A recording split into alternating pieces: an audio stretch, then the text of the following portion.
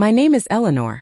I'm 67 years old, and after 40 years as a nurse, I thought I understood human nature. That was until my only son Richard looked me in the eyes and said, "Mom, you've got nothing left to give." Those words shattered my heart, but they also sparked something unexpected inside me. So when I rewrote my will the following week, I made a decision that would change several lives forever, including my own. I gave my son's inheritance to the boy next door. If you're watching this story right now, I'd love to know where you're tuning in from. Drop your location in the comments below. Hit that like button and subscribe to hear more stories about families, difficult choices, and finding worth in unexpected places. I grew up in a modest household in Cedar Rapids, Iowa, where my father worked at the local factory and my mother stayed home with me and my two sisters.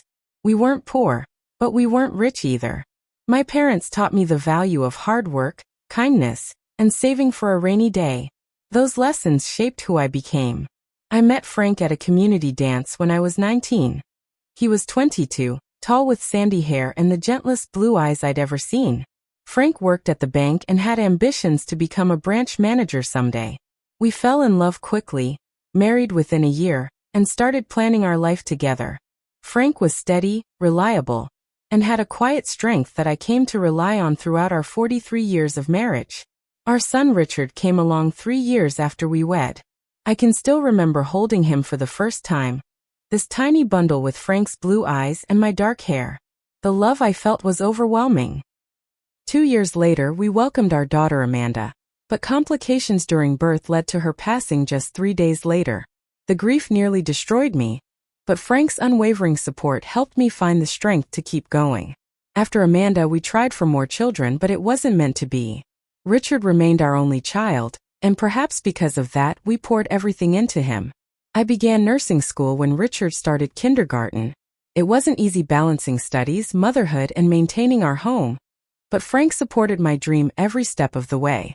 He took over dinner duties 2 nights a week so I could study, helped Richard with homework when I had late clinical rotations, and never once complained about the sacrifices we were making. When I graduated, I started working at Mercy Hospital in the pediatric ward. The hours were long and the work emotionally taxing, but I loved every minute of it. Caring for children, watching them heal and return to their families, filled a hole in my heart that had been there since losing Amanda. Richard was a sweet child, always bringing home drawings from school that I proudly display on our refrigerator. He was smart too, consistently bringing home A grades with minimal effort. As he grew older, though, I noticed changes in his personality.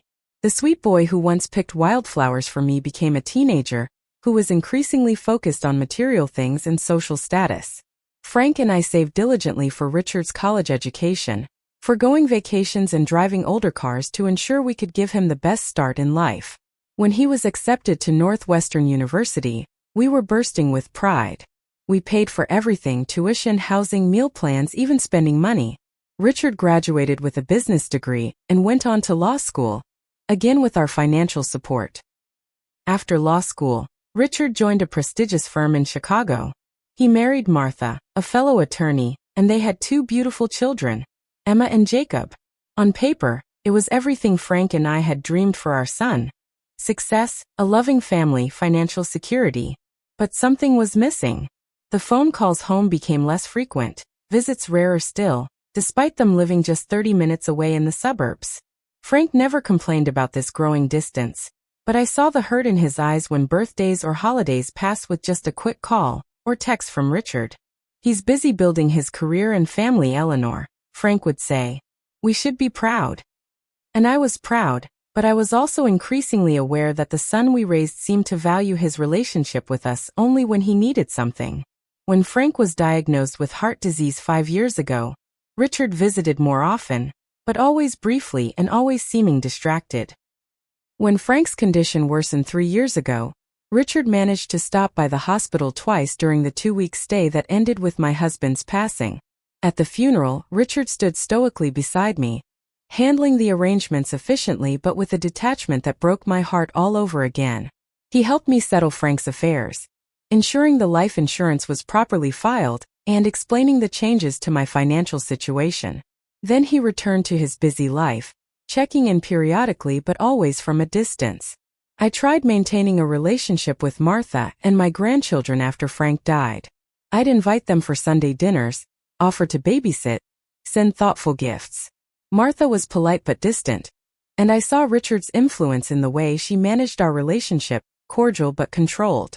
Emma and Jacob, now 11 and 9, were sweet children when I did see them, but they hardly knew me. I was the grandmother who sent birthday checks, not the one who shaped their daily lives. The house felt empty without Frank. For 43 years, we'd built a life together in this 3-bedroom ranch-style home. Now at 67, I found myself rattling around alone, surrounded by memories and wondering what purpose the next chapter of my life might hold. I had my retirement savings, Frank's life insurance, and our home was paid off. Financially, I was secure. Emotionally, I was adrift. That was my reality when the Williams family moved in next door, bringing unexpected changes to my quiet, lonely life. The moving truck arrived on a Tuesday morning in April, 2 years after Frank passed away. I watched from my kitchen window as furniture and boxes were carried into the house next door that had stood empty for months.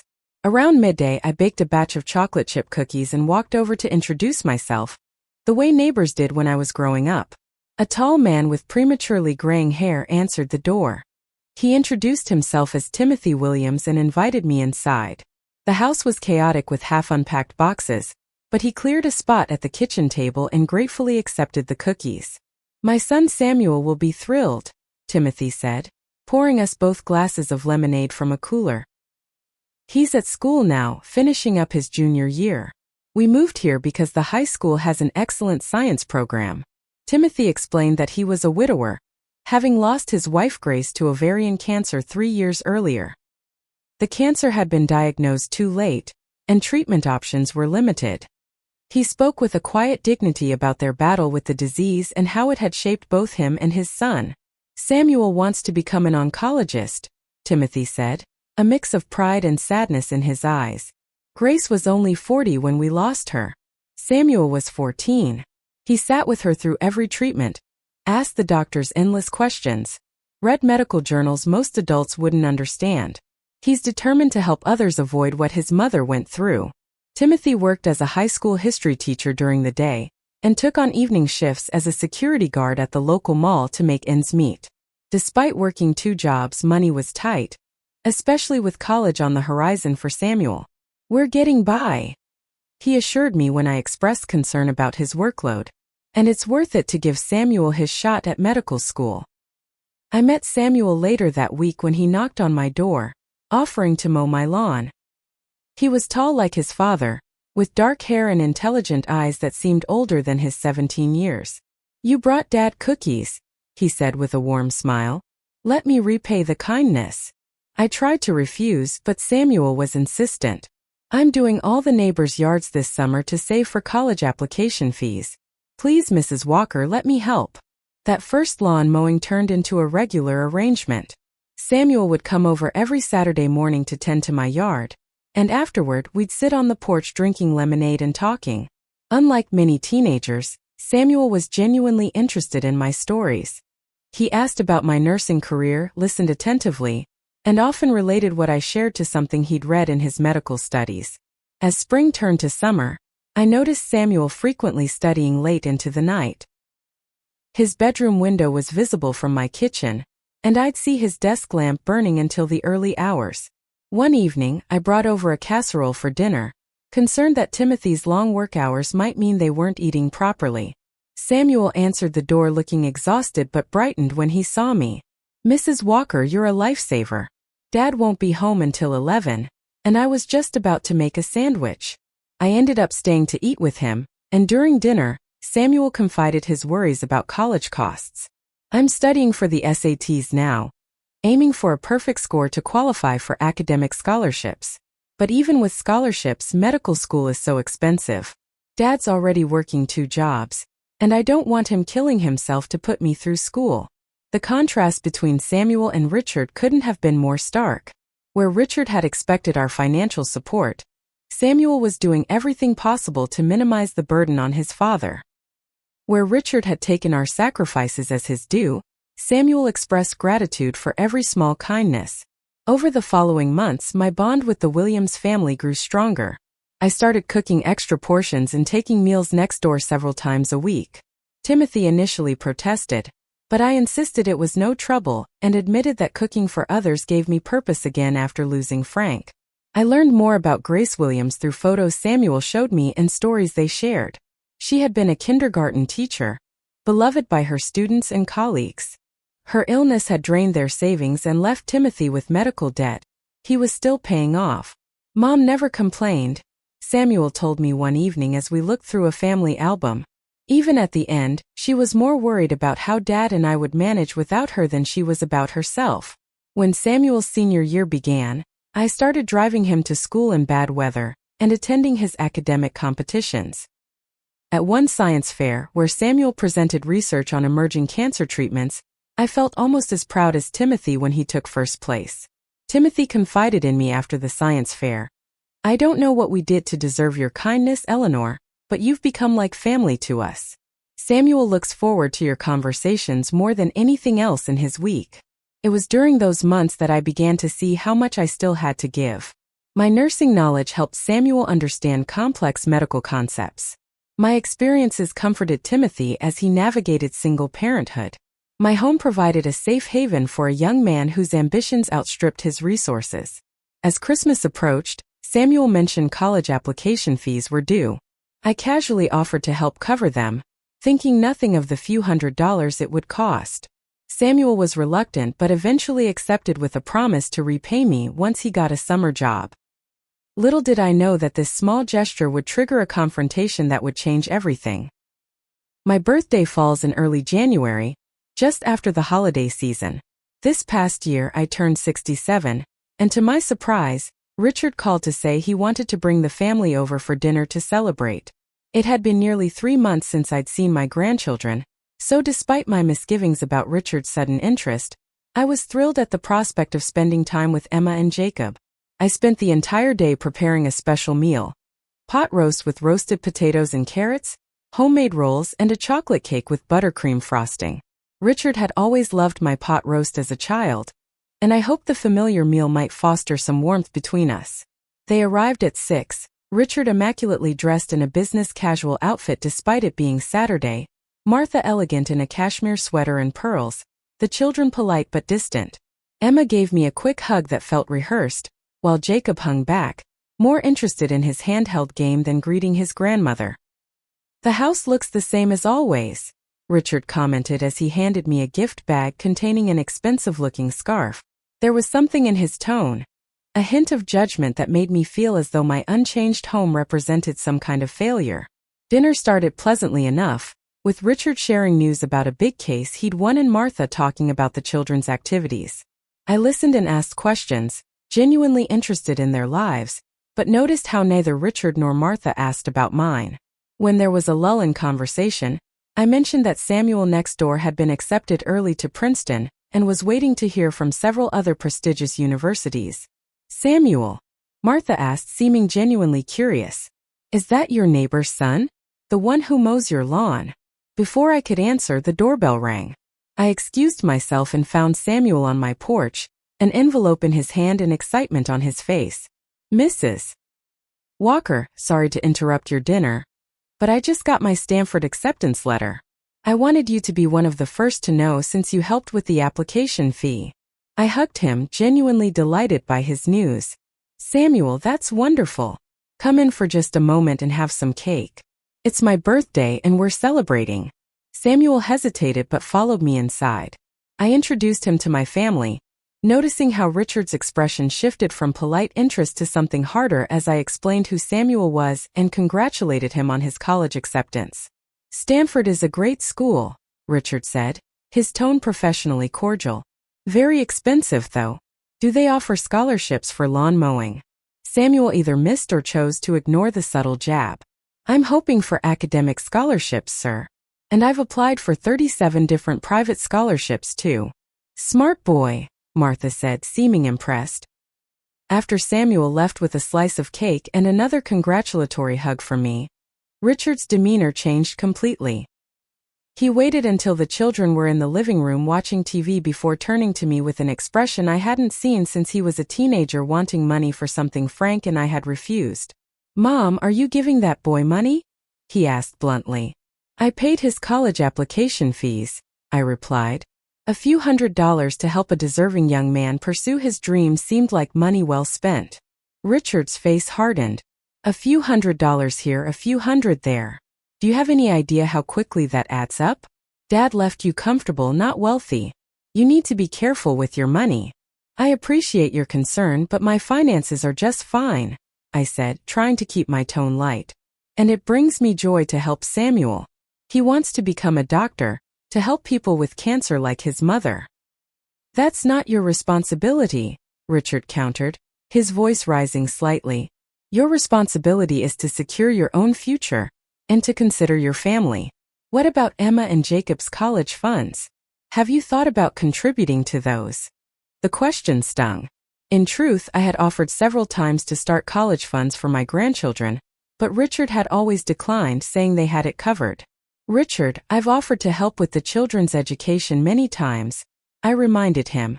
"You've always said no." Martha looked uncomfortable, glancing between us. "Richard, Eleanor is right. She has offered." Richard waved this away. "That's not the point. The point is that you're giving money to strangers when you should be conserving your resources. What happens if you need long-term care? Or if there's a major repair needed on this house? We won't be able to bail you out, Mom." The conversation was deteriorating rapidly, and I felt my birthday celebration crumbling around me. I tried once more to assure Richard that my finances were in order, and that the small amount I'd given Samuel wasn't going to impact my security. That's when he said it, the words that would change everything between us. "Mom, you've got nothing left to give. Stop wasting what little you have on strangers." The room fell silent. Martha looked mortified, her eyes wide as she stared at her husband. Even from the other room, I could tell the children had heard, as their TV program seemed suddenly louder in the silence that followed.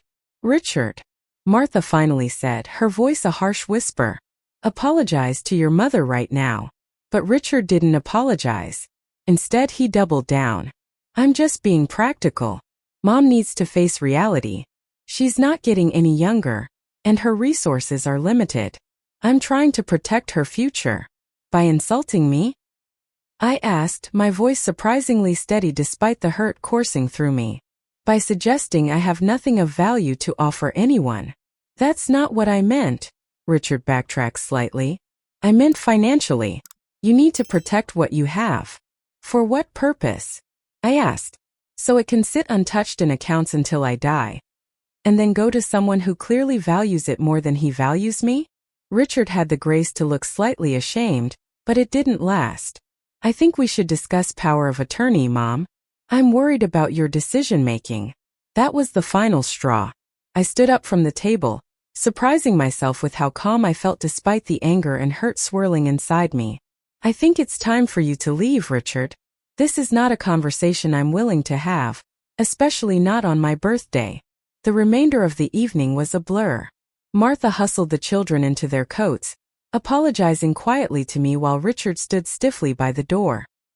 They left without resolving anything, Richard's parting words a clipped, "We'll talk about this later." That sounded more like a threat than a promise. I spent that night unable to sleep, Richard's words echoing in my mind. Nothing left to give.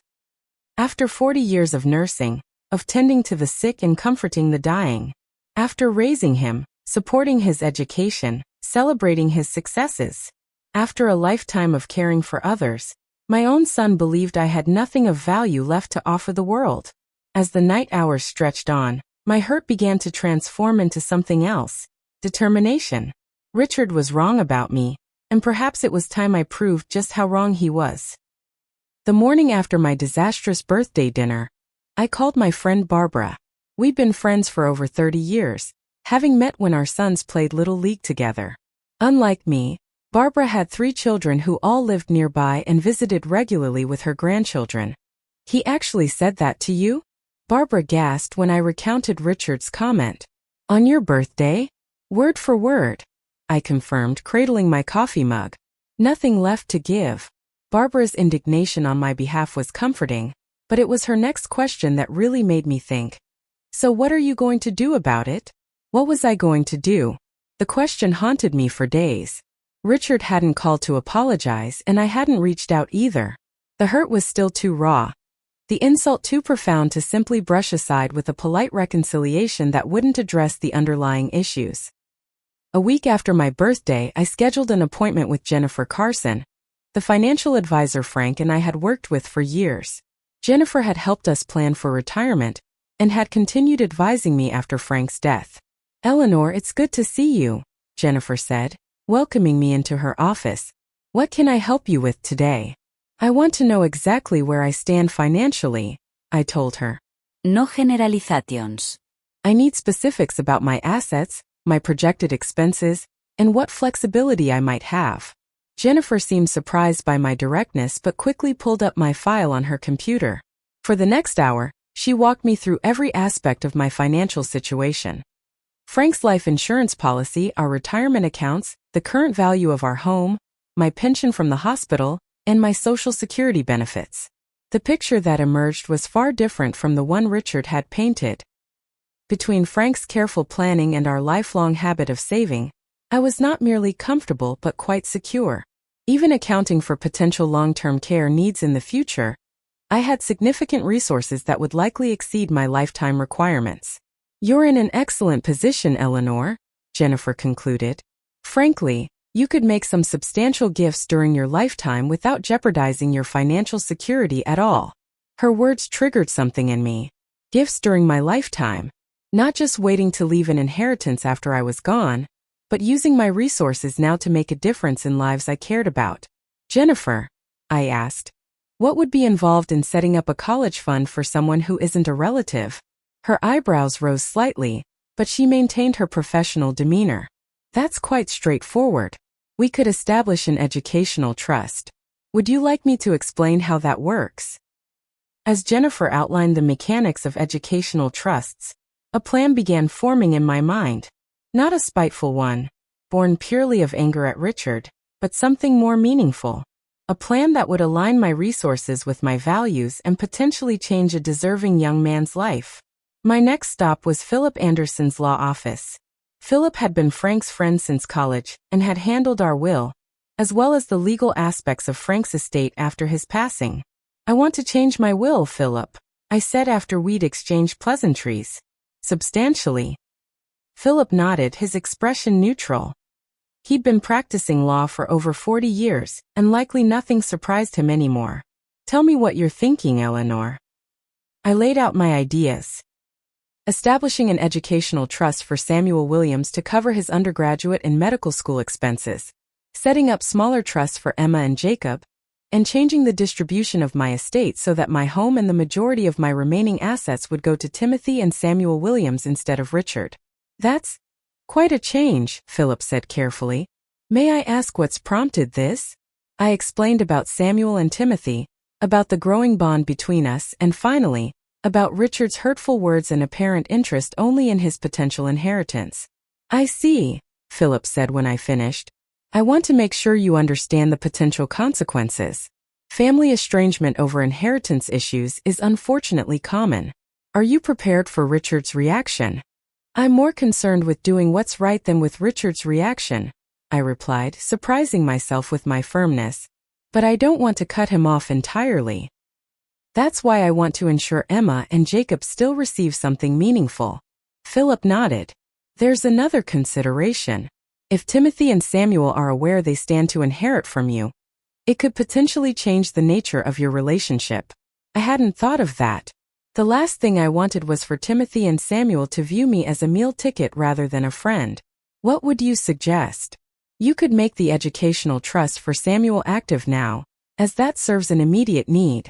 As for the changes to your will regarding your home and other assets, perhaps keep those private for the time being. You can always disclose those details to Timothy later if your relationship continues to develop." Philip's advice made sense. I didn't want to burden Timothy and Samuel with expectations or create an awkward dynamic. The educational support was what mattered most immediately anyway. Over the next 2 weeks, I worked with Jennifer and Philip to finalize the arrangements. The educational trust for Samuel was structured to cover tuition, books, housing, and living expenses for both his undergraduate education and medical school. The trusts for Emma and Jacob were more modest, but would still provide significant help with their college costs when the time came. As for my home and the bulk of my remaining estate, my new will directed that they would go to Timothy Williams, with the provision that if he sold the home, half of the proceeds would be donated to cancer research in Grace Williams' name. Throughout this process, I experienced a range of emotions. Lingering hurt from Richard's comment, anxiety about his potential reaction, but also a growing sense of purpose and even excitement. For the first time since Frank died, I felt like I was taking active control of my life and my legacy.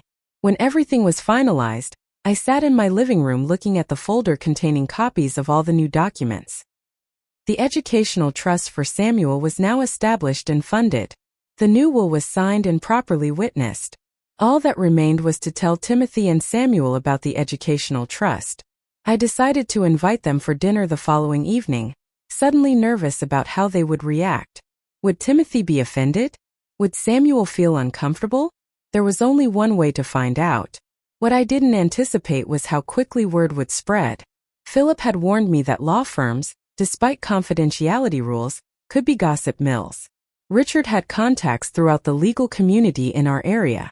Somehow, whether through an indiscreet comment or an actual breach of confidentiality, Richard learned about my visit to Philip and the changes I'd made. The phone rang just as I was preparing vegetables for the dinner with Timothy and Samuel. When I answered, Richard's voice was cold with fury. "I just heard from Tom Bradley that you've been to see Philip about changing your will. Is that true?" I took a deep breath, reminding myself that I had nothing to be ashamed of. "Yes, Richard, it's true. But this isn't a conversation I want to have over the phone." "You're damn right it isn't," he snapped. "I'll be there tomorrow morning at 9. Be prepared to explain yourself." Before I could respond, he hung up. I stood in my kitchen, phone in hand, a mix of dread and resolve settling over me. Tomorrow would bring a confrontation I wasn't looking forward to, but tonight I had a different conversation to focus on. I returned to chopping vegetables, mentally rehearsing how I would present my gift to Timothy and Samuel. At precisely 6:30 that evening, the doorbell rang. Timothy and Samuel stood on my porch, Timothy holding a bouquet of spring flowers and Samuel carrying a small gift bag. "You didn't need to bring anything," I protested as I ushered them inside. "When a lovely lady invites you to dinner, you never arrive empty-handed," Timothy said with a warm smile. "My mother taught me that." Samuel handed me the gift bag. "It's just something small I saw that made me think of you." Inside was a delicate silver necklace with a pendant shaped like a nurse's caduceus. "Samuel, it's beautiful," I said, genuinely touched. "I know you retired years ago, but once a nurse, always a nurse, right?" Samuel said. "Plus, you're still taking care of people. You take care of us." His words couldn't have provided a better opening for what I needed to discuss. I served the lasagna I'd prepared, along with salad and garlic bread, and we chatted comfortably through most of the meal. Both Timothy and Samuel seemed to sense I had something specific to talk about, though, as they exchanged curious glances several times. Finally, as I served apple pie for dessert, I took a deep breath and began. "I've asked you here tonight because I have something important to discuss with you both," I said. "Particularly with you, Samuel." Samuel looked surprised, setting down his fork. "With me?" "Yes. As you know, I was a nurse for 40 years and my late husband Frank worked in banking. We were fortunate to be able to save for a comfortable retirement, and Frank's life insurance policy was quite substantial. I find myself in the position of having more than I need for myself." Timothy shifted uncomfortably in his chair. "Eleanor, if this is leading where I think it is." I held up a hand to stop him. "Please hear me out completely before you respond, Timothy." He nodded reluctantly, and I continued. "Samuel, I've watched you work incredibly hard this past year. Your dedication to your studies, your determination to become a doctor to help others avoid suffering like your mother did, and your consideration for others have all impressed me deeply. I believe in you and your dreams." Samuel's eyes were wide, but he remained silent as I continued. "I've established an educational trust in your name. It will cover your full tuition, books, housing, and reasonable living expenses for both your undergraduate education and medical school, regardless of which universities you choose to attend." The room fell silent. Samuel stared at me, his expression a mix of shock and disbelief. Timothy put down his glass with a shaking hand. "Eleanor, we can't possibly accept such a gift," Timothy finally said. "It's too much. Medical school alone costs hundreds of thousands of dollars." "I'm well aware of the costs," I replied calmly. "The trust is fully funded to cover them. This isn't a spur-of-the-moment decision, Timothy. I've consulted with my financial advisor and my attorney. This gift will not impact my financial security in any way." Samuel found his voice at last. "But why? Why would you do this for me?" I looked at this young man so bright and full of potential, and thought about how to answer. The complete truth involved my issues with Richard, but this moment wasn't about that. It was about Samuel. "Because I believe in investing in people who will make the world better," I said simply. "You will be an excellent doctor, Samuel. You'll help people when they're at their most vulnerable. You'll save lives. That's something worth investing in." Timothy's eyes had filled with tears. "I don't know what to say. This is beyond generous." "You don't need to say anything except yes," I told him. "This isn't charity, Timothy. It's an investment in Samuel's future, and in all the patients he'll help throughout his career." Samuel stood up suddenly and came around the table to hug me, his tall frame bending down to embrace me where I sat. "Thank you," he whispered, his voice thick with emotion. "I promise I'll make you proud." "I already am proud," I assured him. The rest of the evening was a blur of emotion. Timothy's initial reluctance gradually gave way to profound gratitude as I explained the details of the trust, and assured him repeatedly that this gift was well within my means. Samuel alternated between speechless amazement and excited questions about how the trust would work. Before they left, Samuel made me a solemn promise. "I'll study harder than ever.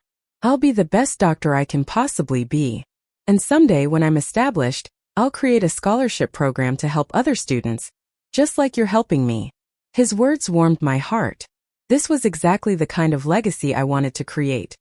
Not just helping Samuel, but inspiring him to help others in turn. After they left, I sat in my quiet living room, feeling a sense of peace despite knowing that tomorrow would bring a difficult confrontation with Richard. Whatever happened with my son, I knew I'd made the right decision tonight. The next morning, I woke early and prepared myself for Richard's arrival. I made coffee, set out some store-bought muffins, and tried to center myself. At precisely 9 o'clock, the doorbell rang with an aggressive persistence that told me Richard's mood had not improved overnight. When I opened the door, I was surprised to see not just Richard but Martha as well. Richard's face was set in tight lines of anger, but Martha looked uncomfortable, almost apologetic. "Come in," I said, stepping aside. "There's coffee in the kitchen." "I'm not here for coffee," Richard snapped, striding into the living room instead. "I'm here to find out why you've decided to disinherit your own son in favor of the neighbors." Word had spread even more thoroughly than I'd realized. "I see Tom Bradley shared quite a lot of information," I observed, maintaining my calm. "Is it true?" Richard demanded. "Are you leaving everything to the lawnmower boy?" "Richard, please," Martha murmured, putting a restraining hand on his arm. I took a seat in my armchair, gesturing for them to sit on the sofa. Martha sat, but Richard remained standing. "I've established an educational trust for Samuel Williams," I confirmed. "And yes, I've revised my will. Emma and Jacob will receive trusts for their education as well.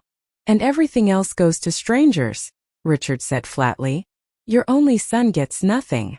"That's not entirely accurate," I replied. "But yes, the bulk of my estate will go to Timothy and Samuel Williams. And they're not strangers to me, Richard. They've become dear friends." Richard paced the room, his expensive shoes clicking on the hardwood floor. "This is insane. You've known these people for what, a year? I'm your son. Your flesh and blood." "Yes, you are," I agreed. "And you told me quite clearly that I have nothing left to give." "Those were your exact words, Richard." He had the grace to look momentarily abashed, but quickly rallied. "That was taken out of context. I was concerned about your financial security." No, you weren't, I said quietly. You were concerned about your inheritance. There's a difference. This is ridiculous, he sputtered. I'm calling Philip Anderson right now. There's no way this will hold up. You're clearly not in your right mind. I've just turned 67, Richard, not 97. I'm of perfectly sound mind, and Philip made absolutely certain of that before executing any changes. He's known me for 40 years. Martha finally spoke up. Eleanor, we're just concerned. This seems like such a sudden decision. It's not sudden at all, I replied, looking at my daughter-in-law with gentler eyes. It's the culmination of years of feeling like an afterthought in my son's life, followed by being told I have nothing left to give. Samuel and Timothy value my company, my experiences, my support. Richard values what I can leave him after I'm gone. Richard's face flushed with anger. That's not fair. Isn't it? I asked. When was the last time you called me just to talk? When was the last time you brought the children over without an ulterior motive? When was the last time you asked about my life instead of just talking about yours? Richard had no immediate answer, which was an answer in itself. Martha looked thoughtful, her eyes moving between her husband and me. Eleanor has a point, Richard, she said quietly. We don't make much effort. That's not the issue here, Richard insisted. The issue is that my mother is giving away my inheritance to people who are probably taking advantage of her. That accusation stung. Taking advantage? Timothy works 2 jobs to support his son. Samuel mows lawns and does odd jobs to save for college. They bring me flowers and small gifts, check on me daily, and include me in their lives. That's not taking advantage, Richard. That's being family in all the ways that matter. The argument continued in circles for nearly an hour. Richard threatened legal action, questioned my mental competence, and even suggested that Timothy and Samuel had manipulated me. Martha largely remained silent, though her expression grew increasingly troubled as Richard's arguments became more desperate and less rational. Finally, Richard delivered his ultimatum. If you go through with this, you'll never see Emma and Jacob again. I won't allow it. The threat hit me like a physical blow. My grandchildren, who I already saw so rarely, would be completely removed from my life. I took a deep breath, fighting back tears. If that's your decision, Richard, I can't stop you. But understand this. I will not be emotionally blackmailed into changing my mind. What kind of lesson would that teach Emma and Jacob about integrity and standing up for what's right? Martha gasped. Richard, you can't mean that. You can't keep the children from their grandmother. Richard looked at his wife in surprise, clearly expecting her support. Whose side are you on? Martha stood up, smoothing her skirt with trembling hands. I'm on the side of what's right. Eleanor is Emma and Jacob's only grandmother. They love her and she loves them. Using them as pawns is wrong, and I won't be part of it. I hadn't expected Martha's support, and from Richard's expression, neither had he. He looked between us, his face a mixture of anger and betrayal. Fine, he said finally. Do whatever you want with your money, but don't expect things to be the same between us. With that, he stormed out of the house. Martha lingered, looking at me with sad eyes. I'm sorry, Eleanor. I had no idea he would react this way. I'll talk to him when he calms down. Thank you, Martha, I said, genuinely grateful for her unexpected support. And please know that Emma and Jacob will always be welcome here, whenever you can bring them. After they left, I sat alone in my living room, emotionally drained but strangely peaceful. I had stood my ground, spoken my truth, and followed my conscience. Whatever happened next, I would face it with the same resolve. The days following Richard's stormy departure were eerily quiet. No phone calls, no texts, no communication at all. I tried not to let the silence weigh on me, focusing instead on my growing friendship with Timothy and Samuel. The young man's excitement about his future, now secure thanks to the educational trust, was a balm to my wounded heart. Timothy had gradually come to terms with accepting such a substantial gift, his initial pride giving way to profound gratitude. I keep thinking about what Grace would say. He told me one evening as we sat on my porch watching the sunset. She would tell me to swallow my pride and accept help when it's offered with a good heart. She sounds like a wise woman, I replied. She was, Timothy said softly. You would have liked her. She had your kindness. 2 weeks after the confrontation, Martha called. Eleanor? It's Martha. I wanted to check on you. That's very thoughtful, I said, genuinely surprised and pleased to hear from her. I'm doing fine. How are things with you and the children? Martha hesitated. Richard is still processing everything. But I wanted you to know that I don't agree with keeping the children from you. In fact, I'd like to bring them over this weekend, if that's all right with you. A wave of relief washed over me. I'd love that, Martha. Thank you. Richard doesn't know I'm calling, she admitted. He'll be at a golf tournament all day Saturday. I thought maybe we could come then. That Saturday visit was bittersweet. Emma and Jacob were initially shy, clearly aware on some level of the tension between their father and me. But children are resilient, and soon they were warming up, especially when Samuel came over to say hello and ended up teaching Jacob how to throw a proper spiral with a football in the backyard. As the children played outside, Martha and I talked more openly than we ever had before. I had no idea you felt so disconnected from our family, Martha said, watching the children through the window. Richard always made it sound like you preferred your independence, that you didn't want us bothering you too often. I was stunned. That couldn't be further from the truth. I've been lonely since Frank died. I've always wanted more time with all of you. Martha looked troubled. I should have reached out directly instead of just accepting Richard's version. The thing is, Eleanor, Richard has a complicated relationship with money and family. His father was always so careful with finances, taught him the value of every dollar, and now Richard measures everything in dollars and cents, I finished for her. Even relationships. Martha nodded sadly. I've tried to talk to him about it over the years, but he doesn't see it. He genuinely believes he's being practical, not cold.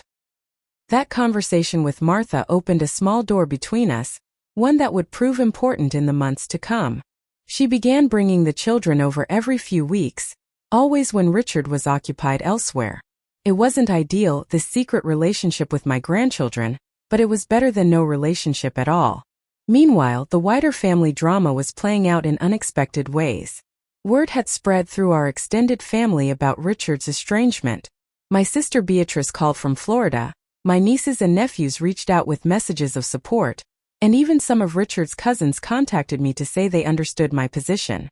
The family largely divided into two camps, those who believed I had every right to distribute my assets as I saw fit, and those who thought blood ties should trump all other considerations. Surprisingly, most fell into the first category, perhaps because many had experienced Richard's tendency to maintain relationships primarily when they benefited him. The most difficult moment came when my brother-in-law Walter, Frank's only brother, called to tell me that Richard had reached out to him, seeking support in his campaign to have me declared mentally incompetent. He actually asked if I would testify that you've been acting strangely since Frank died, Walter told me, his voice heavy with disapproval. I told him in no uncertain terms that you're the same sensible Eleanor you've always been, and that Frank would be ashamed of how he's behaving. Walter's support meant the world to me, as did the knowledge that Frank would have understood and approved of my decisions. Still, the fact that Richard would go so far as to try to have me declared incompetent was deeply painful. This was my son, the baby I had nursed, the child I had raised, the young man whose education I had sacrificed for. How had we come to this? 3 months after our confrontation, Richard appeared at my door unannounced. He looked tired, his normally immaculate appearance slightly rumpled, his eyes shadowed. "May I come in?" he asked, his voice lacking its usual confidence. I stepped aside, my heart racing with a mixture of hope and apprehension. We sat in the living room, an uncomfortable silence stretching between us. "Martha's been bringing the children to see you," he finally said. It wasn't a question. "Yes," I admitted, seeing no point in denying it. "They're wonderful, Richard. Emma's getting so good at chess, and Jacob has quite a talent for drawing." He nodded, looking down at his hands. "Martha thinks I've been unreasonable." "And what do you think?" I asked gently. Richard sighed heavily. I don't know what to think anymore. Uncle Walter refused to help me with the competency hearing. So did everyone else, I asked. They all took your side. "It's not about sides, Richard," I said. It's about recognizing that I'm still capable of making my own decisions, even if they're not the decisions you would make."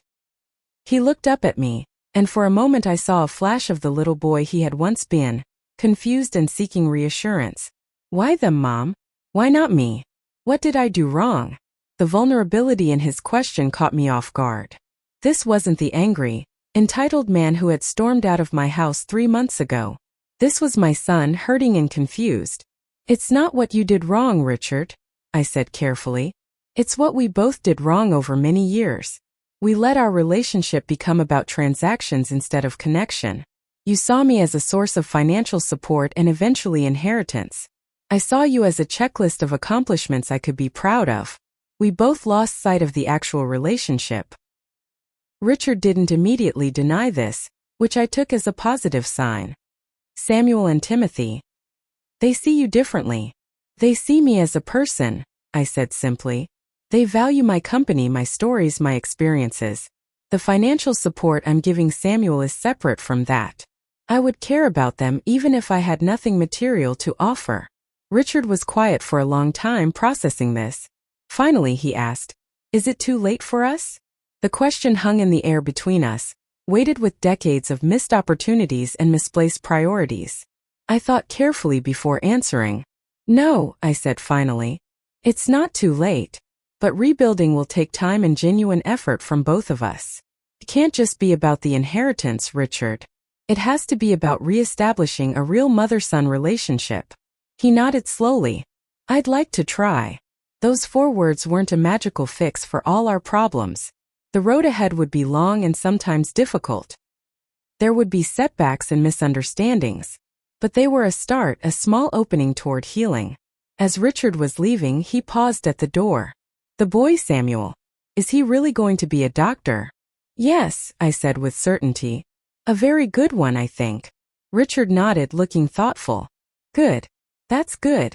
It was a small acknowledgement, but it felt significant. Perhaps, just perhaps, there was hope for us after all. 6 months passed, bringing changes both expected and surprising. Samuel graduated as valedictorian of his high school class. His acceptance to Princeton secured along with my promise to support his education through medical school. Timothy, Samuel, Martha, Emma, Jacob, and I all sat together at the graduation ceremony, cheering loudly when Samuel's name was called. Richard sat with us too, though he was quieter than the others. Our relationship remained a work in progress, sometimes moving forward, sometimes sliding backward. He had stopped fighting me about my decisions regarding my will and the educational trust, though I sensed he still didn't fully understand or approve. The most unexpected development came when Richard offered to help Samuel prepare for college. "Princeton has a competitive pre-med program," he told the surprised young man. "I know some alumni who could give you advice on courses and professors."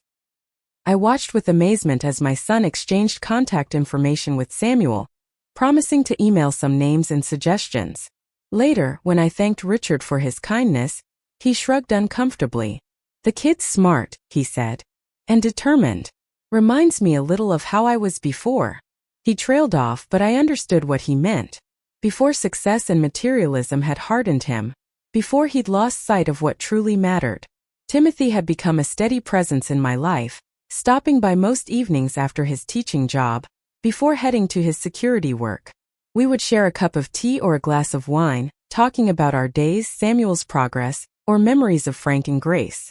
Our relationship had evolved into a deep friendship, comfortable and supportive. Martha brought Emma and Jacob over regularly now, with Richard's knowledge and increasingly, his participation.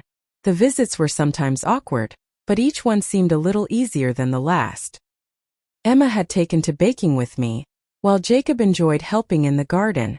One evening, as we sat on the porch watching fireflies appear in the gathering dusk, Timothy turned to me with a serious expression. "Eleanor, there's something I need to tell you. I've been offered a position as head of the history department at the high school. It would mean no more security job, regular hours, summers off, and a substantial raise." "Timothy, that's wonderful," I exclaimed. "You've certainly earned it." He smiled, his eyes crinkling at the corners. "It wouldn't have happened without you. Having Samuel's education secured gave me the confidence to apply for the position. I didn't have to worry about saving every penny for his medical school. You earned that position through your own merit, I insisted. Timothy shook his head. Perhaps, but your support changed everything for us. Which brings me to something I've been wanting to ask you. There was something in his tone that made my heart beat a little faster. What is it? Samuel will be leaving for Princeton next month. The house will feel empty without him. I was wondering if you might consider joining me for dinner sometimes. Not just as neighbors or friends, but... He hesitated, suddenly seeming nervous. As something more. I felt a blush rising to my cheeks, something I hadn't experienced in decades. Timothy Williams, are you asking me on a date? He laughed, the tension breaking. I believe I am, Eleanor Walker. What do you say? Frank had been gone for 5 years. I had loved him deeply and always would. But sitting there with Timothy, I realized that my heart had room for new joy, new connections. I'd like that very much, I said softly. The summer passed quickly, filled with preparations for Samuel's departure for college, and the gradually evolving relationships in my life. Timothy and I began dating, taking things slowly, enjoying simple pleasures like movies, concerts in the park, and long conversations. Richard and I established a new Sunday tradition. Breakfast together at a local diner, just the two of us. Sometimes these breakfasts were strained, especially when we touched on sensitive topics, but more often they provided a space for rediscovery. I learned about Richard's actual concerns and aspirations, while he began to see me as a person with my own stories and wisdom to share. When the day came to drive Samuel to Princeton, Timothy, Richard, and I all went together. Richard had arranged for Samuel to meet with a former classmate who was now a professor in the biology department, a gesture that touched me deeply. As we helped Samuel move into his dormitory, I found myself overcome with emotion, thinking about how far we had all come in less than a year. From Richard's cruel comment that I had nothing left to give, to this moment watching a brilliant young man begin his journey toward becoming a doctor, supported by an unlikely assembled family. After saying our goodbyes to Samuel, we stopped for lunch at a restaurant near campus. Richard raised his glass in a toast. To Samuel, he said, and to new beginnings for all of us. Later that evening, back at home, Timothy and I sat on my porch swing, his arm comfortably around my shoulders. Are you sad? He asked, noticing my pensive mood. Not sad, I replied. Just reflective. A year ago, I felt so hurt and angry when Richard said I had nothing left to give. I wanted to prove him wrong, to show him how much I still had to offer. But somewhere along the way, it stopped being about proving anything and started being about living authentically, about aligning my resources with my values. Timothy squeezed my shoulder gently. You've taught me so much about generosity, Eleanor. Not just financial generosity, but generosity of spirit. I've learned just as much from you and Samuel, I told him. About resilience, about finding joy even after loss, about building new connections when old ones falter. The greatest lesson in all of this, I realized, was that we never truly have nothing left to give, as long as we have love, wisdom, and the courage to remain open to new possibilities. Material resources are just one form of giving. Equally valuable are the gifts of time, attention, emotional support, and simply being present for those we care about. My decision to help Samuel had started partly as a reaction to Richard's hurtful words, but it had blossomed into something far more meaningful. A second chance for all of us to redefine what family and legacy truly mean. As the summer evening deepened around us, Timothy and I sat in comfortable silence, watching the stars appear one by one. I thought about Frank, about the life we had built together, and felt certain he would approve of the choices I had made and the new joy I had found. Our lives rarely follow the paths we expect. Sometimes the deepest hurts lead to unexpected healing. Sometimes strangers become family, while family must be rediscovered. And sometimes, when someone tells you that you have nothing left to give, the most powerful response is to give more generously than ever before, not out of spite, but out of the deep well of love that never truly runs dry. I hope my story has touched your heart today. If you've ever felt undervalued or been told you have nothing left to give, remember that your worth isn't measured by others' perceptions. What's your experience with family expectations around inheritance or support? Have you ever had to make a difficult choice between family obligation and doing what you felt was right? Share your thoughts in the comments below. And if this story resonated with you, please like, subscribe, and share it with someone who might need to hear this message of hope and renewal. Thank you for listening to my journey, and remember, as long as we have love to share, we always have something valuable to give.